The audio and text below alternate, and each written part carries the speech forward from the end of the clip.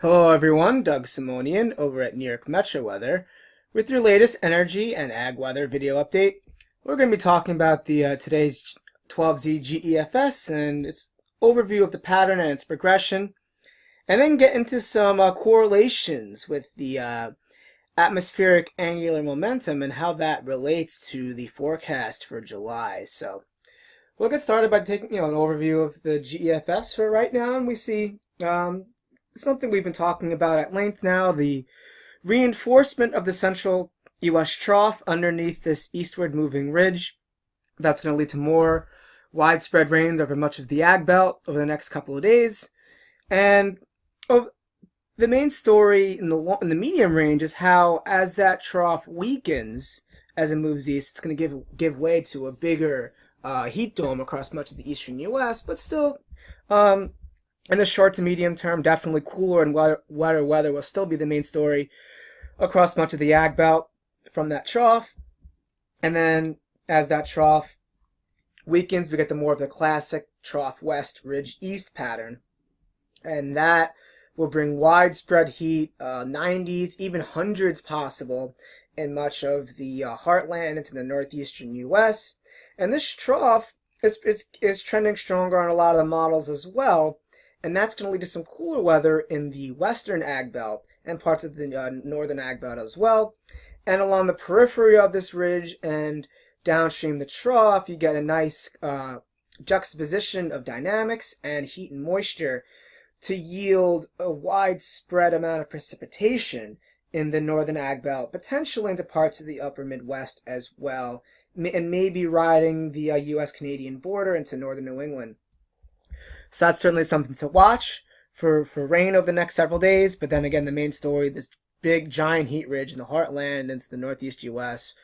from late June through early July, with the trough still being persistent further west with more rain chances in the northern plains. But then with the heart of the ridge in the heartland, it's definitely going to be a lot drier in the heartland than what we've seen recently. So that could add crop stress when combined with the big heat as well. So then moving forward, the main thing we're going to have to monitor is the orientation and expansion and retrogression of the heat ridge, because of course through July 2nd, July 3rd, the heat ridge is still pretty massive in the central, well, more so the eastern U.S., and even so also from the western Atlantic, so you're going to invect in some humidity as well. And then, of course, with that type of pattern, you're going to get a big spike in GWCDD during that period. So early July, July 2nd through the 4th, maybe even longer than that, through the 5th, 6th, 7th, as the ridge grows and retrogresses and you're getting a more heat coverage across the U.S.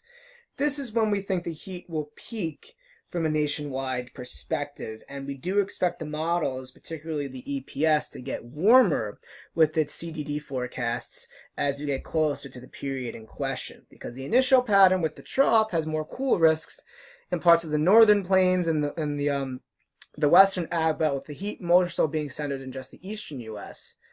But then as the ridge retrogresses towards the central U.S., it's still a very hot pattern for the heartland in the northeast, because you're getting westerly and northwesterly downsloping flow from a very hot source region and still very high heights. So you're not really going to be cooling off the areas that were already hot, but you're going to be adding more heat to the areas that were a little cooler. So overall, you're going to increase the expansiveness of the heat as we move through the first week of July. So definitely going to be some impressive heat across much of the U.S. And then we see the GEFS continue to retrogress the ridge into the southwestern U.S., and that will also lead to more of a convective northwest flow pattern in parts of the upper Midwest and into the heartland and into the eastern U.S. And when you also combine that with return flow from this large western Atlantic ridge, and you're getting more moisture from the tropical Atlantic and the Gulf, combined with that northwest flow, you still can get somewhat of a wetter pattern, even with the hotter pattern as well in parts of the heartland and eastern U.S. That's certainly something to monitor. However, we do think the GEFS is retrogressing this ridge a bit too quickly, So these ideas that we discussed, we think they will verify because we think the ridge will retrogress. It's just that the GEFS is probably doing this a bit too quickly. But in doing so, with the retrogressing, you do get a little bit more legitimate troughing in parts of the eastern U.S. and thus cooler weather. But we think that's more of a risk for the second half of July rather than in the July 7th to 10th period as the model is showing. And we'll get into why that's the case in a little bit. We're going to look through the precipitation anomalies now. Days 1 to 7, again, with that trough in the central U.S., you get positive precipitation anomalies in much of the Midwest and into the heartland initially. But then as we scroll forward in time and we add the hotter and drier days to the period and take away the initial wetter days, you definitely do get a drier trend, days 3 to 9, 4 to 10.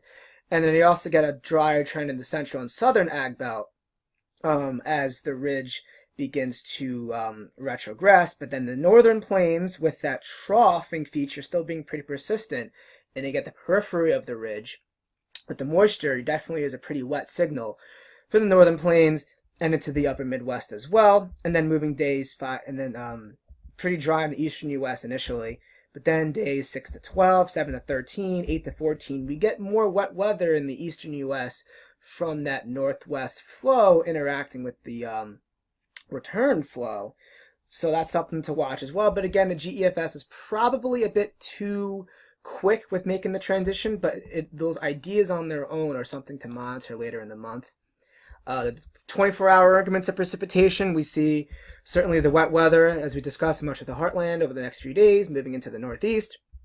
And then some tropical moisture as well in the southeastern U.S. That'll be something to watch as well. But then the bigger water signal in the northern plains, the upper Midwest, at times spreading into parts of the central ag belt, but more so the central and southern ag belt, and the heartland will be definitely a bit drier, as we see here. And then later, July 3rd and onward, you do get some northwest flow convective events in the in the Canadian prairies, upper Midwest, and eastern U.S. as well. So that'll be something to monitor. But again, it's probably a bit too early with the ideas, but the ideas on their own are not invalid by any means. So now we'll take a look at the temperature anomalies. Of course, cool over much of the central ag belt and the eastern U.S. with that trough moving through, and then the warmth gradually begins to build in the central and then the eastern U.S. as we close June and enter July. Definitely a very big heat ridge, and then cool weather in the western U.S. and into the northwestern ag belt as well, where that rain will be associated. And then the heat ridge really dominates into the northeastern U.S., where there definitely could even be 100-degree readings in some of the big cities. And that pattern is pretty persistent July 2nd, July 3rd. And then as the ridge retrogresses, the heat expands further west. And this is when the heat could really peak nationwide, particularly from a CDD perspective, as the heat gets into the Midwest and the central U.S., but still stays pretty hot in the eastern U.S. But then the GEFS does cool parts of the eastern U.S. as the ridge retrogresses enough to yield some troughing in the eastern U.S. Again, this is probably a risk for the second half of the month and probably not a risk as early as the GEFS is showing, but again, it is something to monitor as the heat ridge shifts to the west. Now, now we're going to get into the angular momentum. The forecast for the angular momentum on the GEFS, very negative. And the GEFS has a negative bias with this forecast, and that's key going forward.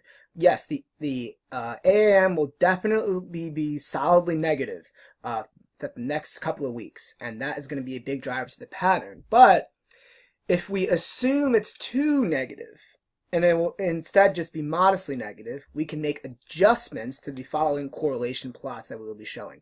So this is the correlation between the June angular momentum and the 500 millibar heights across the U.S.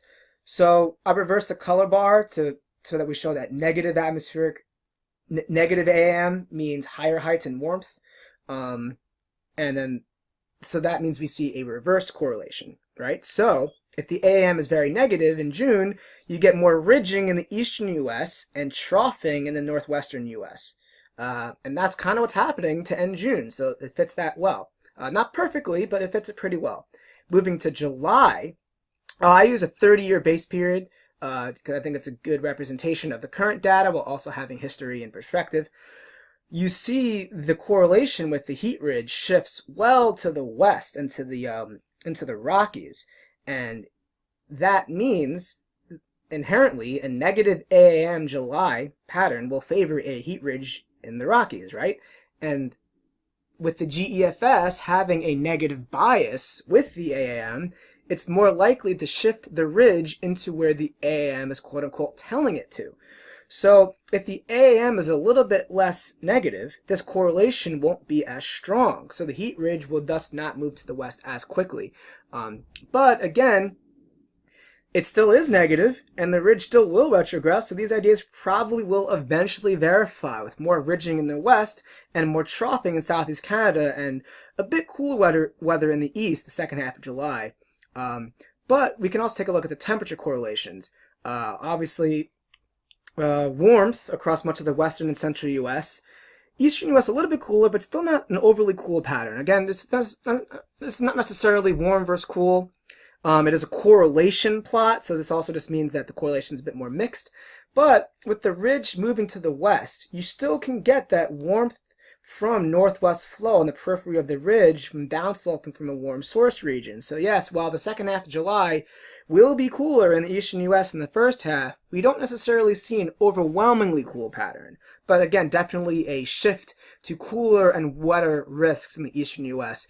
as we move towards the second half of July. And again, to reiterate, with the GEFS being biased to negative, it's probably shifting towards this idea a bit too quickly. But we do think it's inevitable that the heat ridge will eventually shift into the western U.S., making the eastern U.S. a bit cooler for the second half of July. All right, so that about does it for this video. We will talk to you guys soon about the EPS and what it's showing with the pattern going forward. All right, talk to you guys soon. Take care.